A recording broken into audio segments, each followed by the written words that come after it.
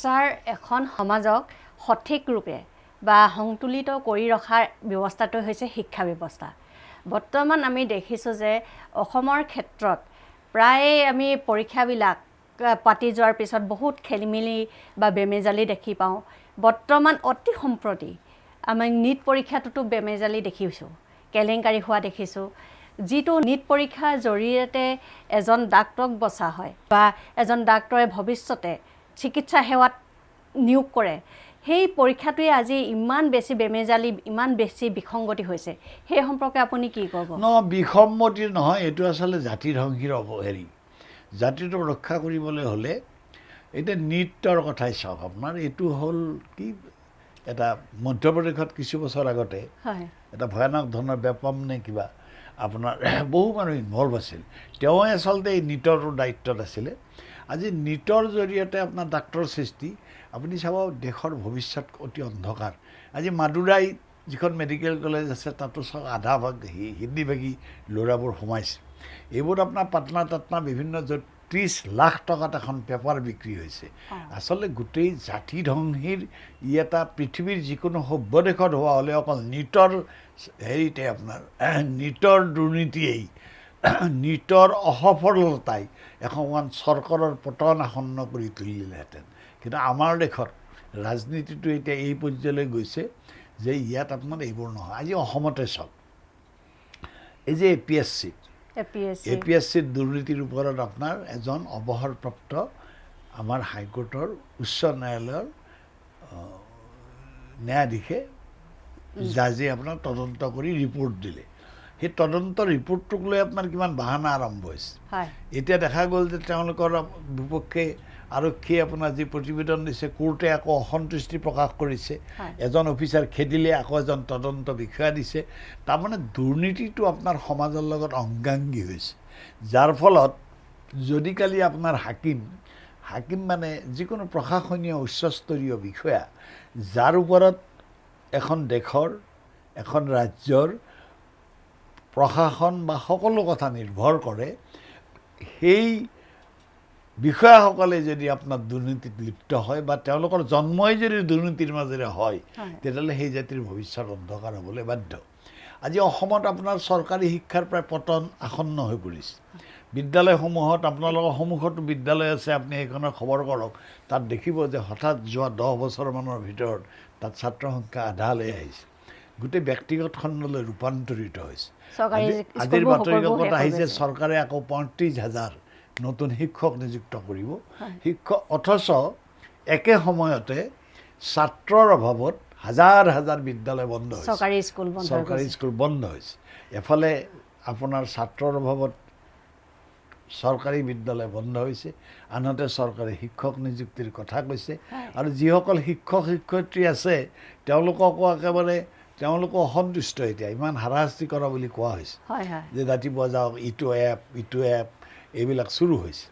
তেনেকৈ ধৰক নীটৰ ক্ষেত্ৰত আৰু নেটটোতো বাতিলেই হ'ল, নেট বাতিল হ'ল।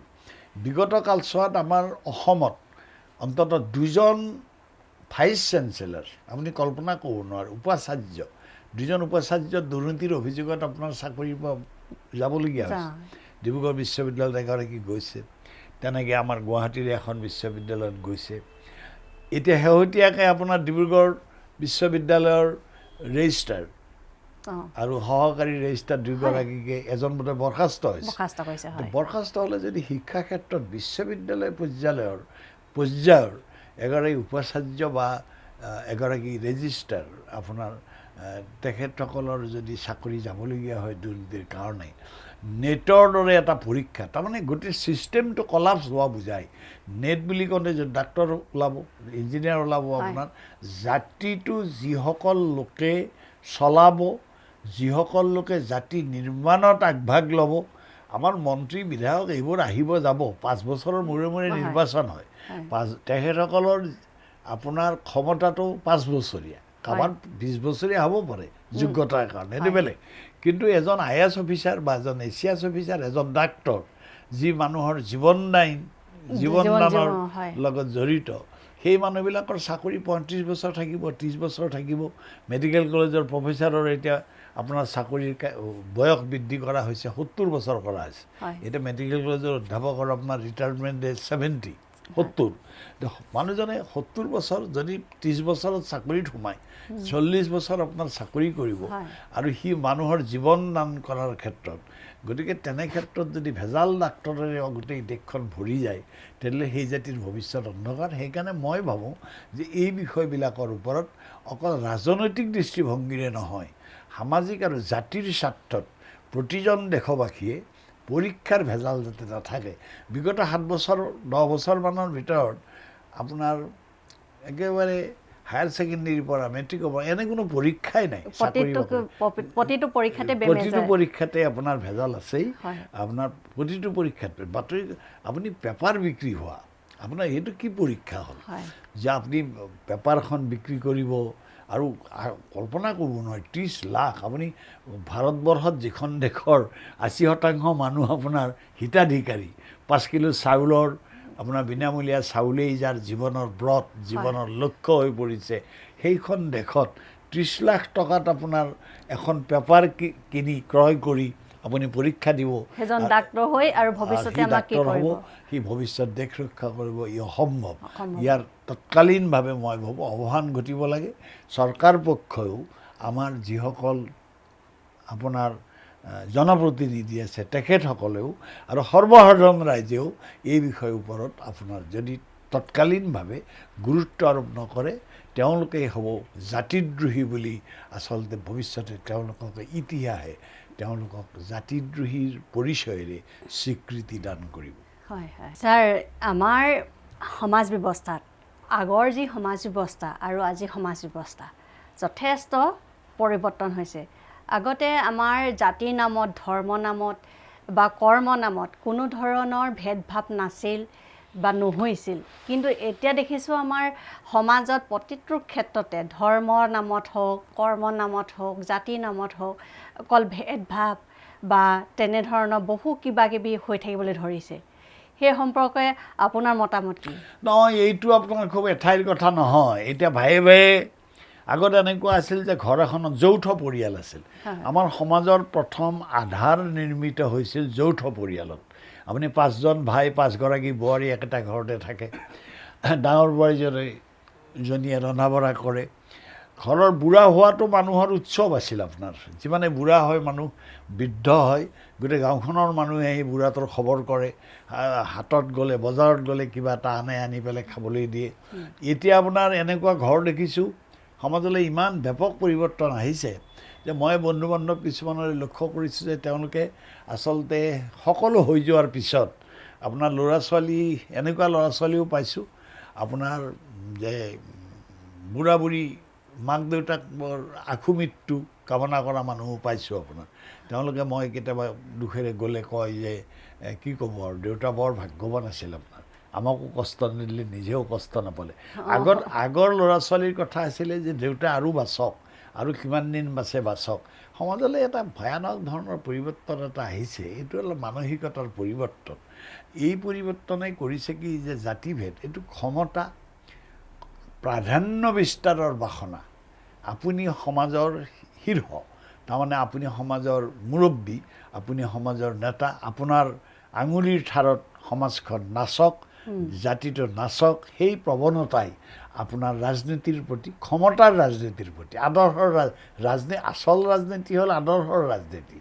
ৰাজনীতিৰ আধাৰ হ'ল আচলতে ত্যাগ জাতিটো যিসকলে নিৰ্মাণ কৰিছিল আজিৰ জাতিটো আপোনাৰ গাঁৱৰ যিখন বিদ্যালয় আপোনাৰ গাঁৱৰ যিখন ষ্টেট ডিছপেঞ্চাৰী আপোনাৰ গাঁৱৰ যিটো পুথিভঁৰাল এতিয়াতো গাঁৱত পুথিভঁৰাল নায়েই সেই গোটেইবোৰ নিৰ্মাণ কৰিছিল সমাজৰ কিছু হিতৈষী লোকে এতিয়া সেই সমাজৰ হিতৈষী লোকসকলৰ অভাৱ ঘটিছে এতিয়া আমি স্বাৰ্থৰ পিছত দৌৰিছোঁ ক্ষমতা লাভৰ কাৰণে মই যদি মুছলমান হ'লে লাভ হয় মই মুছলমান আপুনি যদি আপোনাৰ বৰগোহাঁই হ'লে লাভ হয় তেনেহ'লে আপুনি বৰগোহাঁই তেওঁ যদি গগৈ হ'লে লাভ হয় তেওঁ গগৈ এই হৈছোঁ এইটো আচলতে আমাৰ মাজৰ পৰা আঁতৰিবলৈ হ'লে আমি প্ৰত্যেকে অসমীয়া অসমৰ স্বাৰ্থ অসমৰ ভাষা আপোনাৰ যিবিলাক স্বগোষ্ঠীয় ক্ষুদ্ৰ ভাষা আছে বা আমাৰ সাংস্কৃতিক পৰম্পৰা আছে সেইবোৰ জীয়াই থাকিব লাগিব সেইবোৰ জীয়াই থকাই নহয় সেইবিলাকৰ উত্তৰণ ঘটিব লাগিব। তাৰ লগে লগে সামগ্ৰিকভাৱে আমি অসমীয়া, আমাৰ ভাষা, আমাৰ সংস্কৃতি, আমাৰ সাহিত্য, আমি এক হোৱাৰ যিটো পথ, এক হোৱাৰ পথটো আপোনাৰ আজি এতিয়া আপুনি টাই আহোম কৰিছে কোনোবাই, টাই আহোম কৰি পেলাই টাই আহোমখিনি ঐক্যবদ্ধ হৈছে, কিন্তু আমি অসমীয়া হিচাপেও এদিন ঐক্যবদ্ধ হ'ব লাগিব। তেতিয়া কিন্তু হিন্দু মুছলমান আপোনাৰ আমাৰ সৰু যিবিলাক জাতি গোষ্ঠী জনগোষ্ঠী আছে, সেই জনগোষ্ঠীবিলাকৰ মাজৰ যিখন দেৱাল, সেই দেৱালখন আমি ভাগিব লাগিব। ভাগিবলৈ হ'লে সমাজত কিছু মই ভাবোঁ যে নীতিনিষ্ঠ, আদৰ্শৱান, চৰিত্ৰৱান আৰু নিজৰ ভাষা সংস্কৃতি আৰু জাতিক, আচলতে যিসকলে নিজৰ ভাষা সংস্কৃতি জাতিক উপেক্ষা কৰে, অকল নিজৰ স্বাৰ্থৰ দ্বাৰা পৰিচালিত হয়, সেইবোৰ আচলতে জাতিৰ জাৰৰ সন্তানৰ দৰে। জাতিৰ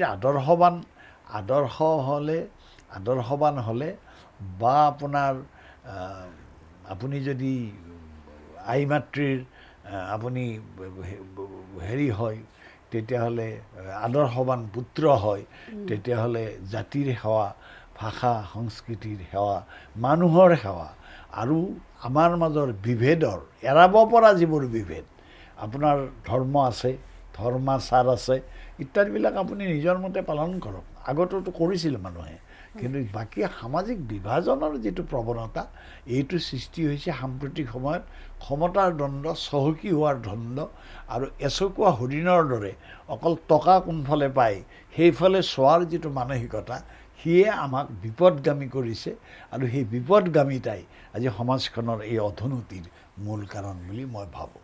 হয়, এতিয়া আমাৰ সমাজবিলাকত আজিকালি আমি দেখোঁ ইমান বেছি হত্যা, লুণ্ঠন, ধৰ্ষণৰ দৰে এনেকুৱা বেছি মানৱ সমাজক লজ্জিত কৰা ঘটনা সংঘটিত হ'বলৈ ধৰিছে।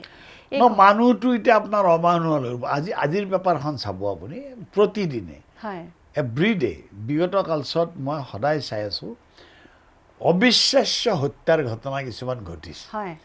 আমি যেতিয়া সৰু আছিলোঁ তেতিয়া আপুনি 5 বছৰ 10 বছৰৰ মূৰত কোনোবা মানুহ ক'ৰবাত আত্মহত্যা কৰা শুনিছিলোঁ।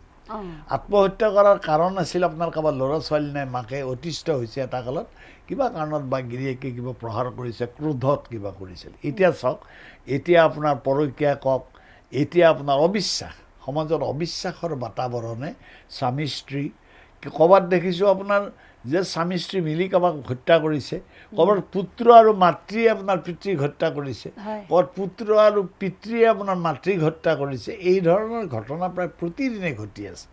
এইটো এটা সামাজিক অৱক্ষয়। ইয়াৰ পৰা জাতিটোক ৰক্ষা কৰিবলৈ হ'লে এফালৰ পৰা আপুনি গাঁৱে গাঁৱে মন্দিৰ, মছজিদ, আপোনাৰ মাজাৰ, এইবিলাক ধৰ্মানুষ্ঠানৰ একেবাৰে আপোনাৰ সীমাহীন হেৰি আপোনাৰ চাৰিওফালে।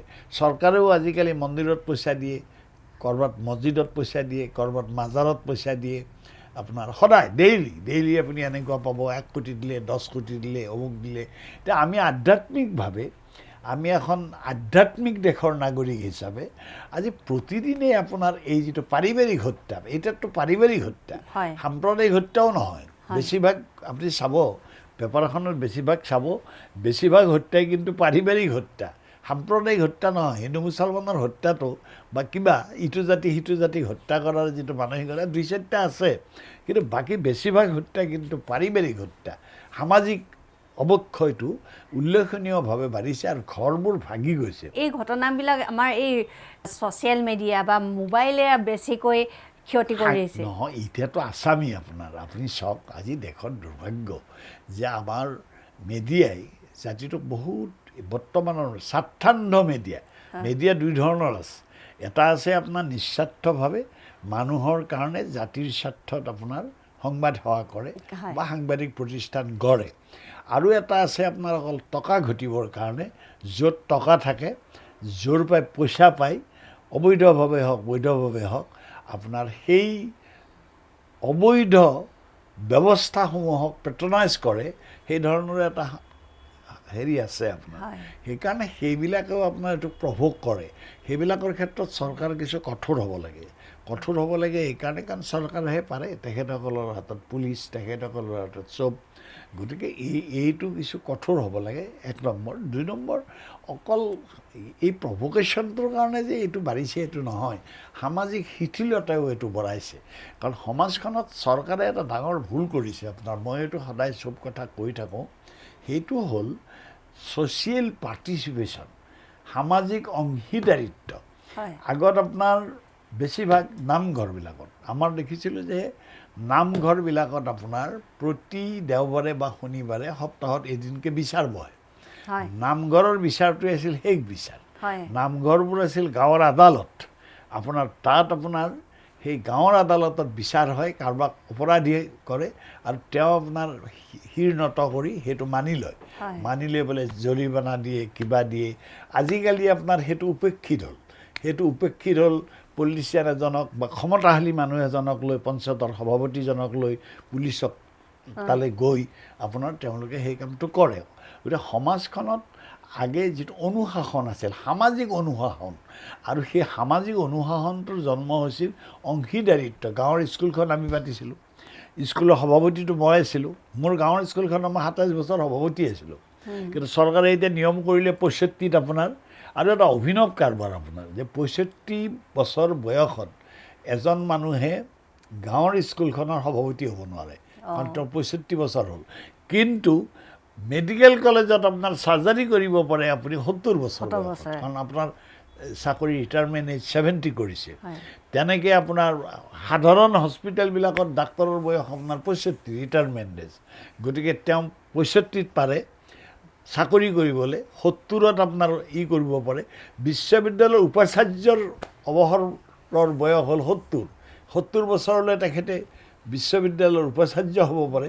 65 বছৰ বয়স হ'লে তেখেতে ফিজিক্স পঢ়াব পাৰে কিন্তু তেওঁ গাঁৱৰ পাঠশালা স্কুলখনৰ আপোনাৰ সভাপতি হ'ব নোৱাৰে 65 পিছত ফলত কি হ'ল আমাৰ পাৰ্টিচিপেশ্যনটো সমাজত অংশীদাৰিত্বটো আগত আপোনাৰ গাঁৱৰ আলিটো মোৰ আছিল গাঁৱৰ স্কুলখন আমাৰ আছিল গাঁৱৰ পথটো আমাৰ চব আমাৰ আছিল এতিয়া আপোনাৰ চব চৰকাৰৰ হ'ল চৰকাৰ বুলি কওঁতে এটা সুধি যন্ত্ৰ নহয় চৰকাৰ বুলি কওঁতে এটা আপোনাৰ কিবা পদাৰ্থ নহয় চৰকাৰ কিছুমান মানুহৰ এটা ব্যৱস্থাৰ সমাহাৰ গতিকে এতিয়া আপোনাৰ কি বোলে ৰাস্তাটো অমুকৰ মানে আমাৰ একো নহয় আমাৰ একো নহ'লে সেইকাৰণে দীঘলী পুখুৰীটো যেতিয়া বিক্ৰীৰ প্ৰস্তাৱটো উত্থাপিত হয় গুৱাহাটীৰ মানুহে হিয়া ঢাকুৰি কান্দিব লাগিছিল কাৰণ গুৱাহাটীৰ আপোনাৰ দীঘলী পুখুৰীটো গুৱাহাটীৰ এসময়ত প্ৰাণ আছিল আপোনাৰ সি যেনিবা হৃদয় গতিকে কটন কলেজ হেণ্ড্ৰিক কলেজত যিবোৰ ল'ৰা ছোৱালী পঢ়িছিল তেওঁলোকে দীঘলী পুখুৰী নামটো শুনিলেই আপোনাৰ আৱেগিক হয় আমি নিজেই আপোনাৰ আৱেগিক হওঁ আজি দেখা যায় যে কোনো মানুহক এইটো এই কাৰণে কাৰণ দীঘলী পুখুৰীটো এতিয়া আমাৰ নহয় কটন কলেজখনো আমাৰ নহয় আপোনাৰ ভাগি ছিগি চুৰমাৰ হোৱাৰ উপক্ৰম কৰি আমাৰ একো নোহোৱা হ'ল এতিয়া সেইকাৰণে আমাৰ সমাজৰ প্ৰতিজন মানুহে সমাজখনক ৰক্ষণাবেক্ষণ দিবৰ কাৰণে চকীদাৰী কৰিব লাগিব তেখেতসকলে ৰক্ষক হ'ব লাগিব ৰক্ষক হ'বলৈ হ'লে দায়িত্বশীল হ'ব লাগিব আপুনি যদি আপোনাৰ ঘৰখনৰ স্বীকৃত সদস্য নহয় ঘৰখনত যদি আপুনি সন্মানীয় বা আপোনাৰ কথা নৰজে বা আপোনাৰ স্বামীয়ে ধৰক তেখেতৰ যিখন গাঁৱৰ ঘৰ আছে বা ক'ৰবাত বেলেগ নগৰত তেখেতৰ ঘৰ এখন আছে সেই ঘৰখনত যদি তেখেতৰ ইনভলভমেণ্টটো নাথাকে কৰ্তৃত্বটো নাথাকে তেতিয়াহ'লে তেখেতে সেই ঘৰৰ হৈও সেই ঘৰৰ নহয় সেইকাৰণে ঘৰখনত উচ্ছৃংখলতা আহে আজি সামাজিক উচ্ছৃংখলতাৰ এই যিটো পাৰিবাৰিক হত্যা এই যে পাৰিবাৰিক ব্যভিচাৰ এইবিলাকৰ জন্ম হৈছে এইকাৰণে কোনেও কাকো একো ক'ব পৰা অনুশাসনটো একেবাৰে নাই আৰু অনুশাসনটো এতিয়া আৰক্ষীটো আপুনি ধৰক এতিয়া অসমত 3.5 কোটি মানুহ 3.5 কোটি মানুহক 3.5 কোটি পুলিচ দিব নোৱাৰে আৰু পুলিচ দিলেওতো পুলিচটো আপোনাৰ চকুৰ আগত থিয় হৈ নাথাকে পুলিচটো আপোনাৰ বাটলৈ যাব বজাৰলৈ যাব তেতিয়া মাৰি দিব কোনোবাই গতিকে আগত আছিলে কি কথা দেউতাই গালিও দিব দাদাই গালি দিব তেনেকৈ বোৱাৰীৰ কথা আছিলে যে বাইদেৱে গালি পাৰিব গতিকে সেইটোই হ'ল অনুশাসন তাৰমানে আগতে আমাৰ এটা আমি দেখিছিলোঁ যে আমি সৰু হৈ থাকোঁতেও আমি কিবা এটা বেয়া কাম কৰিলে ওচৰৰ কোনোবা এজন বয়োজ্যেষ্ঠ এজনে গালি পাৰিব নোৱাৰে আপুনি চৰিয়াই দিব হয় এতিয়া সেই কৰ্তৃত্বটো যিটো ৰাজহুৱা আৰু সামাজিক কৰ্তৃত্ব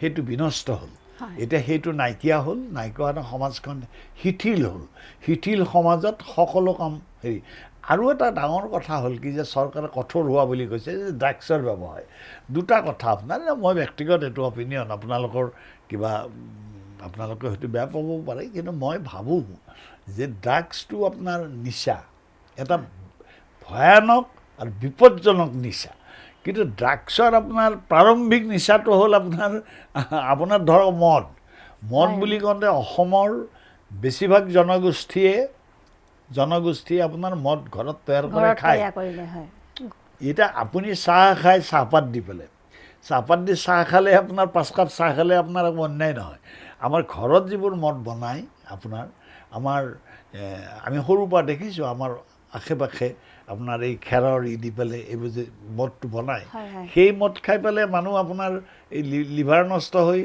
মৰাটো স্বাভাৱিক মৃত্যু তেওঁলোকৰ স্বাভাৱিকভাৱে সেই গাঁৱত মানুহ মৰে কিন্তু মদ খাই আপোনাৰ কিন্তু এতিয়া যে আপোনাৰ ডেকা ল'ৰাবিলাকক যে আপুনি পুছ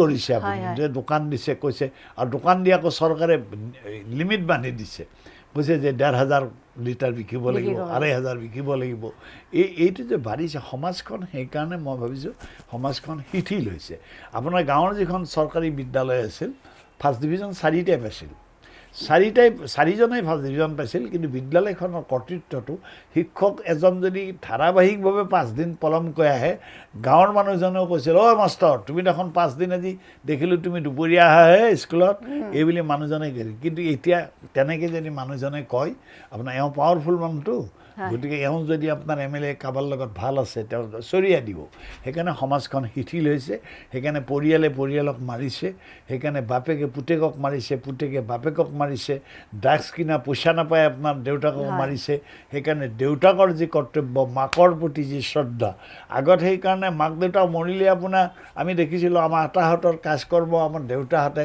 70-80 বছৰলৈ কৰিছিল আমি একেবাৰে তেওঁলোকৰ মৃত্যুৰ সময়লৈকে কৰিছিল আজিকালি আপোনাৰ মাক দেউতাকৰ শ্ৰাদ্ধ পাতিবৰ কাৰণেও আপোনাৰ 5 বছৰ 6 বছৰমান চলায় তাৰপিছত বহুতে বাদ দিয়ে গাঁৱে মদৰ দোকানবিলাক চৰকাৰে নহয় এইটো ভয়ানক কৰিব আপোনাৰ এতিয়াই হৈছে আপুনি গাঁৱত চাওক এতিয়া আমাৰ গাঁৱত মই শেহতীয়াকৈ খেতি আৰম্ভ কৰিছোঁ মই দেখিছোঁ যে বাৰীত আপোনাৰ দেখিব যে বাহনিত বা এই জংঘলত দেখিব এনেকুৱা আপোনাৰ ডাঙৰকৈ হেৰি কৰিছে তাতে বহি ৰাতি মদ খায় আপোনাৰ শিখৰ জাতীয় ৰাগিয়াল বস্তু এতিয়া ৰাগিয়াল বস্তুৰ আপোনাৰ ব্যাপক প্ৰচলন হৈছে আচলতে গোটেই সমাজখনৰ শিথিলতাই আৰু কৰ্তৃত্বটো আপোনাক নিয়ন্ত্ৰণ কৰাৰ কৰ্তৃত্বটো আপোনাক দিব লাগে আপোনাৰ শিক্ষকজন বা এতিয়া আপোনাৰ ল'ৰাটো আপোনাৰ ধৰক কোনোবা এখন বিদ্যালয়ত পঢ়ে ডন বস্কোত পঢ়ে জাতীয় বিদ্যালয়ত পঢ়ে তাৰ পঢ়াৰ সময় হ'ল আপোনাৰ 9টাৰ পৰা 4টালৈ স্কুলত থাকে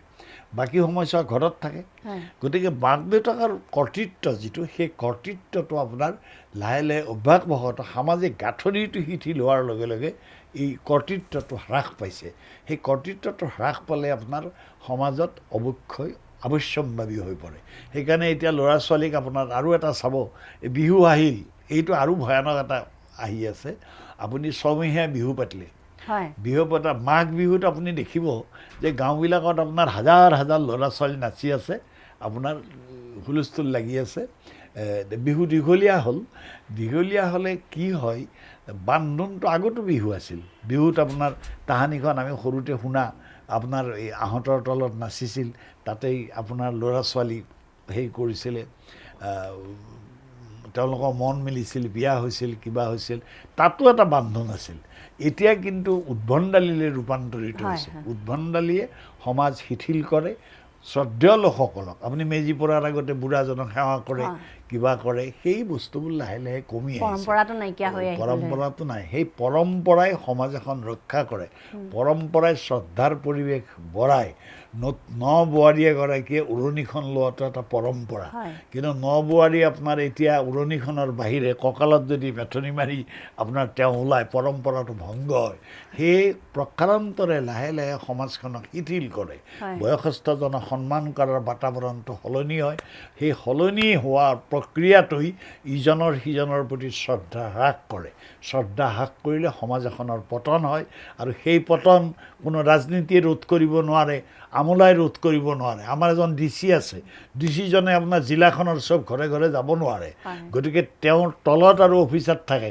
এটা ছিষ্টেমটো জীয়াই থাকিলে আপুনি দেখিব মণ্ডলটো এটা অফিচাৰ, এতিয়া কিন্তু ছিষ্টেমটো যদি ব্ৰেক হৈ যায় তেতিয়া মণ্ডলটো আৰু অফিচাৰ হৈ নাথাকে। সেইকাৰণে আজিকালি মণ্ডল বোলে হাত দাঙে আপোনাৰ পইচা খায়। আপোনাৰ চৰকাৰ কঠোৰ হৈছে কিন্তু পইচা খোৱাটো অব্যাহত আছে। হয়, যিমানে কঠোৰ হৈছে সিমানেই আমাৰ দুৰ্নীতিবিলাক বেছিকৈ দেখিব পাইছে। আৰু নহয়, মানুহৰ লজ্জাটো হ্ৰাস পাইছে। তাৰমানে জেলত থকাটো এতিয়া ঘৃণাৰ বিষয় নহয়। আগত আপোনাৰ এজন মানুহে পইচা খাই জেল হৈছিল, কিবা হৈছিল, পইচা খাব নালাগেই, এনেই আপোনাৰ পুলিচে মাতিছিল, সেইটো লাজৰ কথা আছিল। গাঁৱত পুলিচ সোমাই এইটো আপোনাৰ লজ্জাৰ কথা আছিল। এতিয়া পুলিচ সোমাই এইটো অহংকাৰৰ কথা হৈছে। আপুনি চিণ্ডিকেট কৰে, আপোনাৰ তাত পইচা নিব পুলিচ আহে, এইটো আপোনাৰ কাৰণে অহংকাৰ। গতিকে এতিয়া যিসকল দুৰ্নীতি কৰি জেললৈ যায় তেওঁলোকে জেলৰ পৰা ওলাই আহোঁতে একদম বীৰদৰ্পে তেওঁলোক আহে আপোনাৰ। আৰু নহয়, এইবিলাকতো জেলত যাবলগীয়া, বহুত চিণ্ডিকেটত লিপ্ত মানুহ জেলত যাবলগীয়া মানুহ। তেওঁলোকৰ অপৰাধৰ যদি সুচিন্তিত বিচাৰ হয় তেনেহ'লে তেওঁলোক জেলত যাব। কিন্তু সেইসকল লোকে আপোনাৰ ক'ৰবাত কেতিয়াবা সুযোগ বুজি তেওঁলোক জনপ্ৰতিনিধি হৈছে, সমাজৰ সন্মানীয় ব্যক্তি হৈছে, গামোচা লৈ তেখেতসকলে সমাজ পৰিচালনা কৰিছে। তাৰ ফলশ্ৰুতিত আপোনাৰ সমাজখন উচ্ছৃংখল হৈছে। এই উচ্ছৃংখলতাই অহা দিনৰ, এতিয়া আপোনাৰ ছোৱালীজনী ভাল স্কুলত পঢ়ুৱাইছে বা মোৰ নাতিটো ভাল স্কুলত পঢ়িছে, গতিকে সি এটা কিছু কঠোৰতাৰ মাজত আছে। কিন্তু যিজন গৰীব মানুহ, সাধাৰণ মানুহ আপোনাৰ, তাৰ ভিতৰত দায়িত্বশীল গৰীব ল'ৰা ছোৱালী আছে, মানে ৰিজাল্ট ভাল কৰিছে। কিন্তু সমাজখন একেবাৰে শিথিল হৈ গ'লে সি নিজৰ মতে চলাৰ অধিকাৰ যদি সেই বাচ্ছাটোৱে পায়, সি বহুত বেয়া কথা শিকিলে তাৰ জীৱনটো অধঃপতী। আৰু অধঃপতীত মানুহৰ সংখ্যা যিমান বাঢ়ে সিমানেই আপোনাৰ সেই সমাজখনত বেয়া জনপ্ৰতিনিধি নিৰ্বাচিত হয়, সেই সমাজখনৰ কৰ্তৃত্ব বেয়া মানুহৰ হাতলৈ যায়, আৰু তাতেই হত্যা, হিংসা, অবিচাৰ আৰু বিভৎসতা বাঢ়ে, সামাজিক বিভৎসতা বাঢ়ে। এইবিলাকৰ বৃদ্ধিয়ে সামগ্ৰিকভাৱে জাতি এটাক ধ্বংসৰ মুখলৈ ঠেলি দিয়ে। আপুনি ৰাজনীতিক ক্ষেত্ৰখনৰ কথাও বহুত দিনৰ পৰা জানে বা জড়িত হৈ আছে। আগতে ৰাজনীতিকবিলাকে যেনেদৰে সংযম ৰাখি নিজকে কাম কাজবিলাকত জড়িত কৰি ৰাখিছিল, কিন্তু বৰ্তমান সময়ত আমি ৰাজনীতিকবিলাকক দেখোঁ তেওঁলোকৰ সংযত অৱস্থাটো নাই। তেওঁলোকে যি মনলৈ আহে তাকে কৈ দিয়ে, সমাজত ভেদাভেদ ভাৱ এটা কঢ়িয়াই লৈ ফুৰে। এইবিলাকে আমাৰ ভৱিষ্যতটো কেনেধৰণৰ এটা গোটেই কথাটো এনেকুৱা, ধৰক এতিয়া শিৱসাগৰত প্ৰমোদ গগৈ আপোনাৰ অতদিন MLA হ'ল, বিয়া বাৰু কৰোৱা নাছিলে। প্ৰমোদ দাইটো গুৱাহাটীত 4টা ঘৰ বনোৱা নাই আপোনাৰ।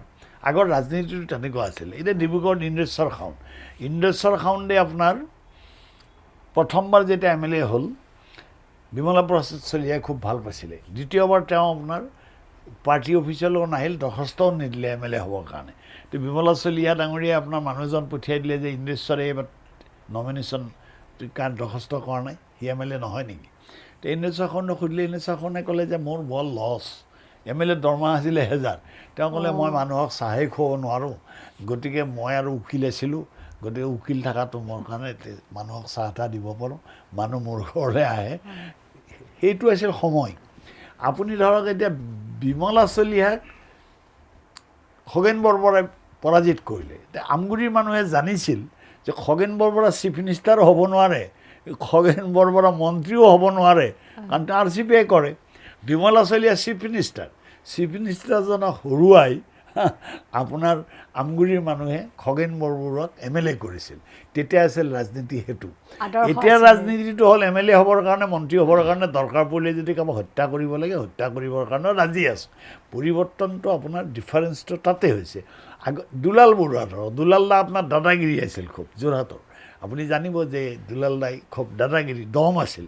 কিন্তু দম থাকিলে দুলাল দা যেতিয়া MLA থাকে, শ্বিলঙৰ 62ৰ পৰা MLA আছিল, মন্ত্ৰীও হৈছিল এবাৰ জনতাৰ দিনত। আপুনি দুলাল বৰুৱাই গুৱাহাটীত, আপুনি য'ত আজি এই ষ্টুডিঅ' বনাইছে, এই মাটি এসময়ত আপোনাৰ 1000-2000 কঠা আছিল। আজি দুলাল বৰুৱাৰ এক কঠা মাটি নাই। গোলাপ বৰবৰাই 2.5 বছৰ CM আছিল। গোলাপ বৰবৰাই আপোনাৰ হাউচিঙৰ আপুনি চকলে আপোনাৰ এই ঘৰটো ভগা ঘৰ এটাত আপোনাৰ তেওঁ মৰিল। কিন্তু গোলাপ বৰবৰাই একো নাই, মদৰ দোকান এখন এলটমেণ্ট দিম বুলি ক'লে ত্ৰিবেণী সিঙে আপোনাৰ তেওঁক 10 বিঘা মাটি গুৱাহাটীত কিনি দিলে হয়।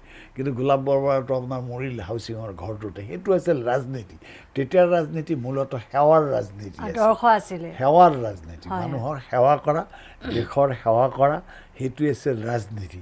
এতিয়াৰ ৰাজনীতি হ'ল মূলতঃ আপোনাৰ ধন ঘটা, ঐশ্বৰ্যৰ অধিকাৰী হোৱা, সম্পদৰ অধিকাৰী হোৱা, আৰু আপোনাৰ চকু চাট মাৰি ধৰা, পাহাৰ বম, বিল্ডিং তৈয়াৰ কৰা, আৰু পৰিয়াল লৈ আপোনাৰ বছৰেকত নিউয়ৰ্কলৈ যোৱা, লণ্ডনলৈ যোৱা ইত্যাদি ইত্যাদিবিলাক সা সুবিধা প্ৰাপ্তিৰ ৰাজনীতি। এতিয়াৰ ৰাজনীতি ত্যাগৰ ৰাজনীতি নহয়। কোনো ব্যক্তিবিশেষক কোৱা নাই, এইটো এটা ধাৰা, এইটো এটা ধাৰালৈ পৰিৱৰ্তন হৈছে। কিন্তু আগৰ ৰাজনীতি আছিলে স্বাধীনতা সংগ্ৰামৰ পৰৱৰ্তী কালৰ ছোৱাত আপোনাৰ যিসকল ৰাজনীতি কৰিছিল। এতিয়া সোণেশ্বৰ বৰাটো বহুবাৰ আপোনাৰ MLA হোৱাই নহয়, তেওঁ আবাৰ মন্ত্ৰীও হ'ল জনতাৰ দিনত। তেওঁ সোণেশ্বৰেতো হালেই বালে আপোনাৰ, তেওঁতো হাল বাই থাকিল। তেওঁতো কেতিয়াও গুৱাহাটীত মই এটা ঘৰ বান্ধিব লাগে আৰু ঘৰটো বান্ধি থাকিব লাগে সেই কথা তেওঁ কল্পনা নকৰিলে, নেভাবিলে। আগৰবিলাকৰ নাই। আপোনাৰ মহিলা ৰাজনীতিবিলাকৰ এতিয়া বহুত টকা আপোনাৰ আমি হেৰিক পাইছিলোঁ আপোনাৰ বাইদেউ স্বৰ্ণলতা মহন্ত, তেওঁ আপোনাৰ হেৰিৰ পৰা চেৰিকালচাৰ মন্ত্ৰী হৈছিল 72। তেওঁ আপোনাৰ চতিয়াৰ MLA। বাইদেউক দেখিছিলোঁ বিয়া বাৰু কৰোৱা নাই, মৃত্যুৰ আগে আগে আপোনাৰ এই টিপচাকি এটা লৈ নিজে ভাত ৰান্ধি পেলাই আপোনাৰ কাঁহীখন খেপিয়াই ফুৰে, তেনেকৈও মন্ত্ৰী আছিল। গতিকে সময় পৰিৱৰ্তন হৈছে, পৰিৱৰ্তনৰ সেইটো ৰোধ কৰিবৰ কাৰণে আমাৰ তৰুণ প্ৰজন্মই এটা দৃষ্টিভংগীৰ পৰা, আৰু আপুনি যে লেখিকা এগৰাকী, আপোনাৰ লেখাৰ মাজেৰে ধৰক আপুনি নহয়, আপোনাৰ দৰে অজস্ৰ যিসকলে লেখা মেলা কৰে, সাহিত্য কৰে, সমাজৰ কথা ভাবে, সেইসকলে মই ভাবোঁ সমাজখনৰ এই অৱক্ষয় ৰোধৰ কাৰণেও আমি তৎপৰ হোৱা দৰকাৰ।